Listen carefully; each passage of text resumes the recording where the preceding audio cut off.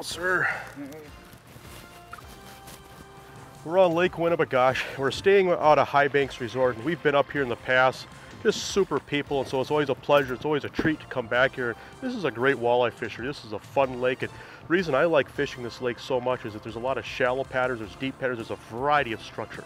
You can fish weeds, you can fish deep gravel, endless places to look. We're joined by a gentleman that I've known for quite a while, and he's been guiding up in these parts for years, and just a wealth of information on Lake Winnie.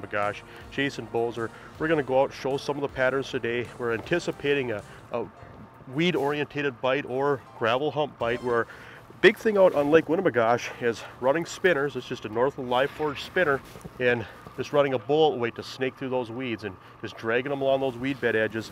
That's just been a top tactic out here. That's what we're going to anticipate, and that's one of the things that we're going to try and discuss on today's show. We're on Lake Winnie here up in northern Minnesota. It's 49,000 acre lake roughly. Today we're going to go out and we're going to start working these spinner baits. The spinners for us guys, at least in, as a guide standpoint of view, is kind of a new thing. In the last 5 years, otherwise we've always used Lindy rigs, but now the lake's kind of turning where we got to cover some ground, and the spinner seems to really be an attractive. And what we're going to start with is the rocks. Out here there's a place called the Fence, and it comes up to about 11 foot of water, and there's all these boulders, little boulder spline on top of it, and we're going to fish around that to start. And then I think as the sun comes up, I think we're going to go look for some deeper weeds in them 10, 12 foot of weeds. So the neat thing about Winnie is you have all these different aspects of fishing. We can be in the weeds, we can be in the rocks. We have weeds in the 6, 7 foot range, and we have weeds down in the 12 to 13 foot range, so you can kind of cover a lot of different stuff. Early on in the season, when the shiners are up spawning on the big sand flats on Winnie here, that's their main forage. It seems like, jigging minnow with that shiner is the key. And sometimes, like this year being so late, we've actually been able to go out to these humps because the shiners are still kind of in their blood or something, and, jig them out on the main humps in that 20 foot of water. And it can be a lot of fun. Sometimes when fishing, what you think will work that day does not. After spending more than an hour pulling spinners in an area that had several boats without getting a bite, we put the spinners away, left the shallow weed bite to try some deeper humps.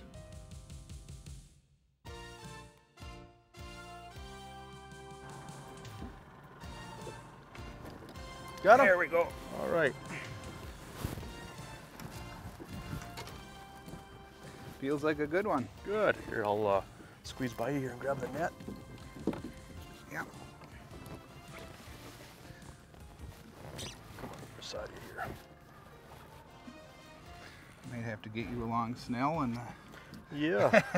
Yeah, I'm trying just a gumball dropper, or I'm just trying a gumball floater, and the leech on it, and you've got the long snell with the crawler. Yeah. Trying to see what they want. We're marking a lot. Oh yeah, beautiful. Nice walleye. fish. Oh, isn't that pretty?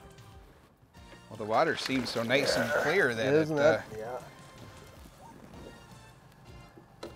that you can see them a long ways down there now. Yeah, that's a dandy. Nice way to start out the morning. It's a good way to start. Here, let me. I got the pliers here. Go ahead and hold. Keep that mouth open there. Here we go.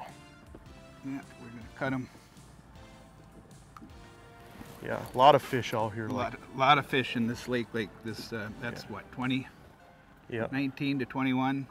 Yeah, just beautiful fins, just nice clean fish. Yeah. All right, we'll get that fish in the water here. Nice work. Yeah. Nice work. All right. And basically, we're just on these deep humps out here, and the couple of different patterns. Jason's using a long snell with a night crawler. I'm using a shorter snell with just a floating jig head, which is just a soft floating jig head called the Northland Gumdrop.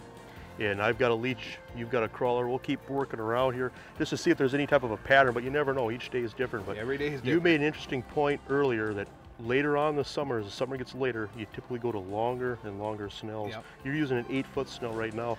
That's pretty interesting. Why do you think that is? It's just something, when they first come out here, it seems like you like I said earlier, you get away with the jig and minnow, and you can pound it right on the bottom.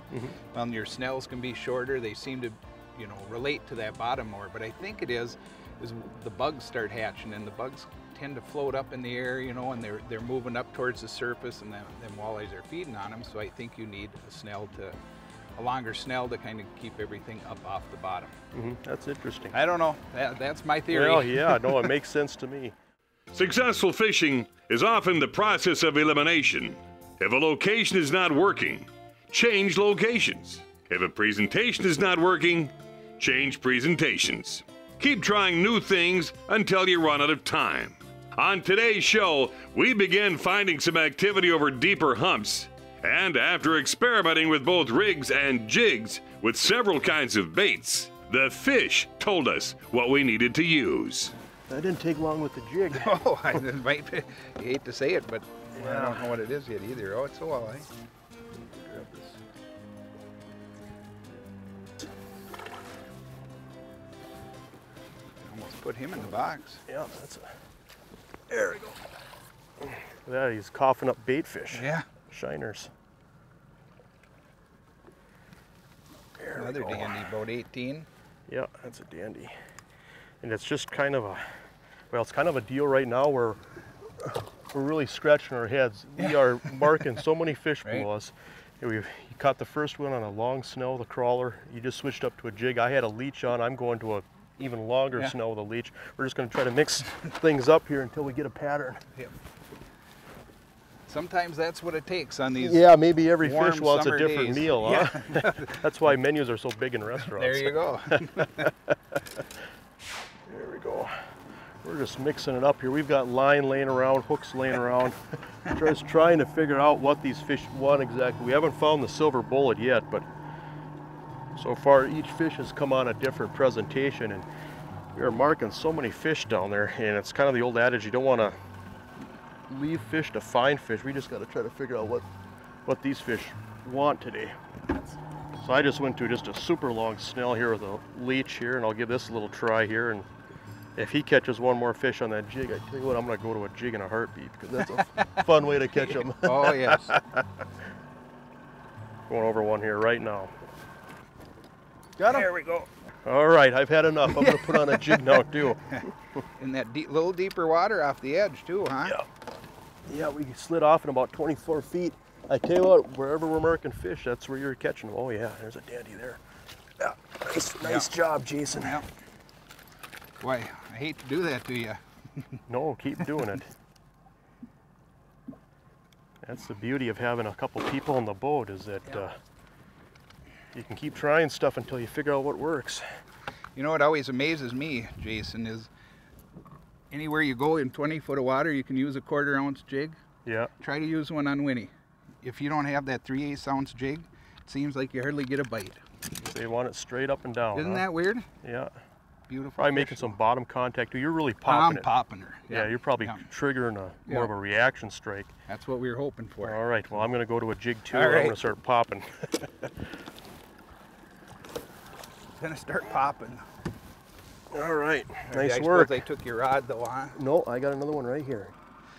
One little trick we do when we're snap jigging out on these deeper humps, because you're really pulling. You hook them through the lips and stuff, you'll be losing minnows like crazy. So we go through the mouth, out the gill, and then we push that mouth all the way to the tip of that jig head, turn it and go up the belly and out the middle of the back, just like that.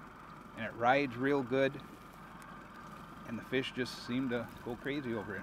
You know, we're marking a lot of fish in here.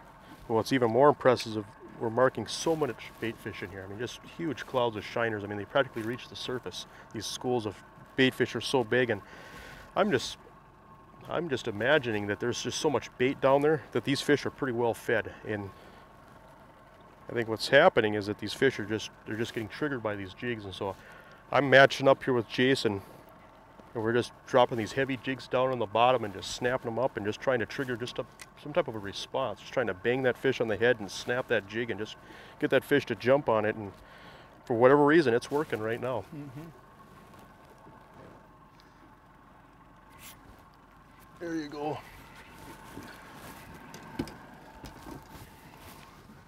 There. Nice work here. I'll get him on. I'll come on the other side of you there. Oh, I don't think he would be going in the box. No, that's a dandy there. Well, I tell you what, I just put on a jig too, and I can't tell you how many times it's happened to me in my life where I've been the net man, where for whatever reason one person is catching the fish, and I tell you what, you know, one thing I always tell people is when that happens to you, what I'm doing here, Jason, is I'm watching the angle that you have the line, I'm just going to try to mimic you to a T. Yep. And I tell you what, over the years, that's made me such a better fisherman. Is that we all have our way of doing things, and I tell you what, that's the whole key, is swallow your pride and watch, and I'm going to try to tap into your mojo, and I'm going to try to keep everything the same until I can start catching them. Absolutely. We'll get that snap jigging going for you here. Absolutely. Yeah, the dandy. All right, thank you, sir. Yeah, that's it. Boy, that's a dandy. That's just a beautiful fish. Isn't that just a gorgeous fish? Just a beauty. I love that gold color that these fish have on these lakes up here. Gorgeous. Absolutely. You know, we were just talking, you know, hour into the morning, we didn't have hardly a bite, and things were looking pretty nil, and made a few adjustments, and I tell you, when it rains, it pours. Yeah, and it's been fun. All right. Oh, here we go. You want it? There you got him. All right, Jason. Keep at her. I think we found a pattern that might be working. Yep. Yep. I think so. This one would. Oh yeah. I think this would be an eater fish. Yep. That's a nice fish there.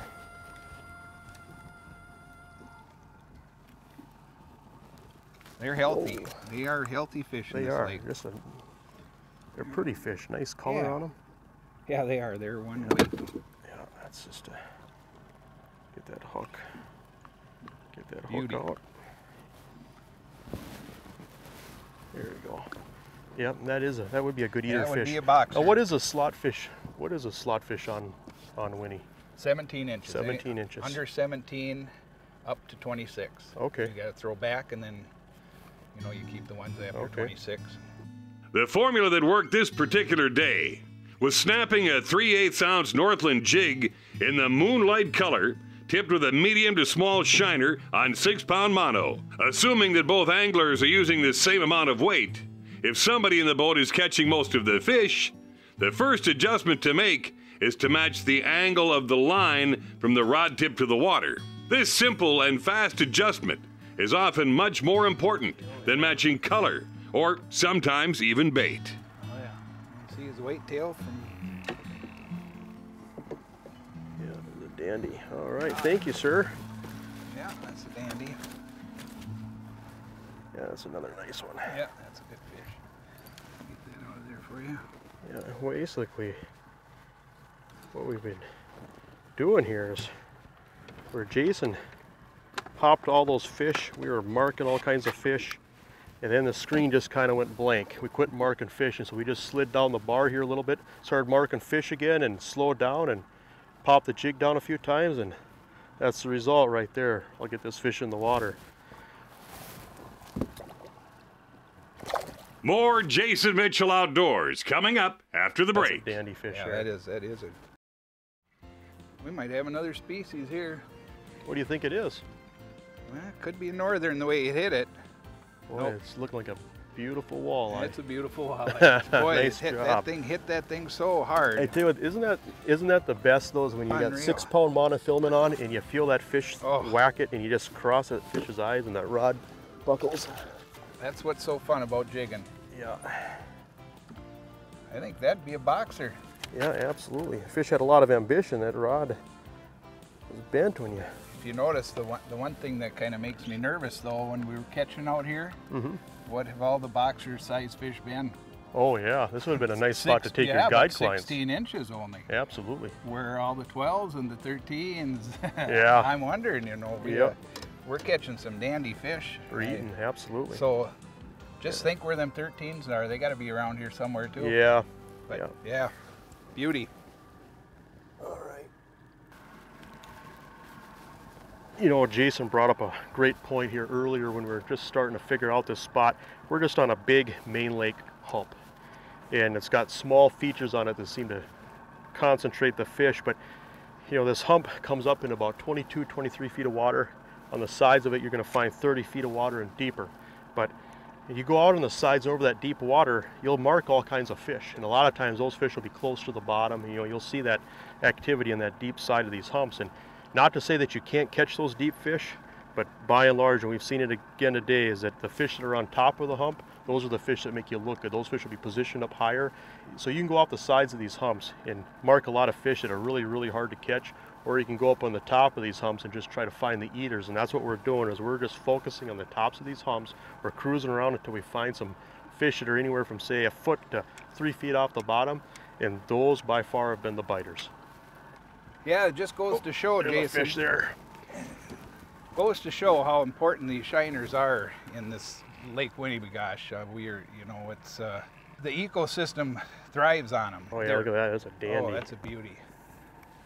But like today, there was, I didn't know if we'd use the shiners or not, but I always bring a shiner when I'm out fishing, because you just never know. Isn't that something? You almost talked about as being an afterthought. You know, you just don't dare come out here without shiners. No.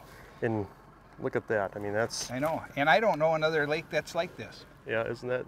That's what it's Beauty. all about right there. Yeah. So, one thing I can tell you, when you're out on Winnie, at least bring a shiner. Yeah, always have a proof few. Positive that. Yeah. That's a dandy fish. Yeah, there. that is a. All right, I'll get that fish in the water. Healthy. Look how fat they are. Yeah, Man. nice girth. Yep.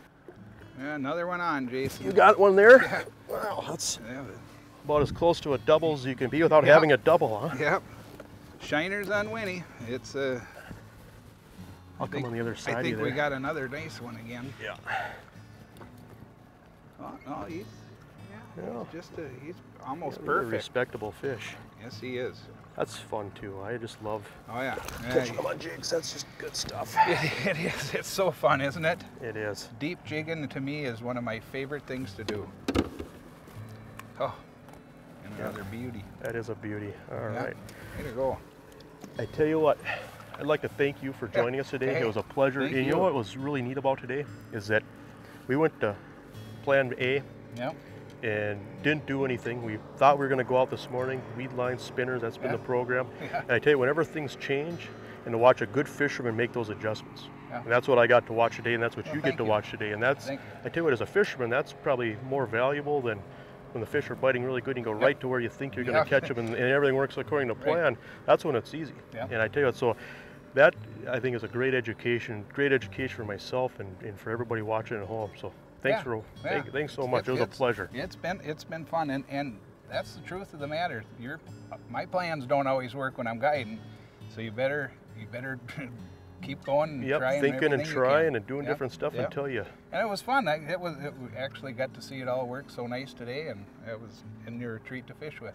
Thank you.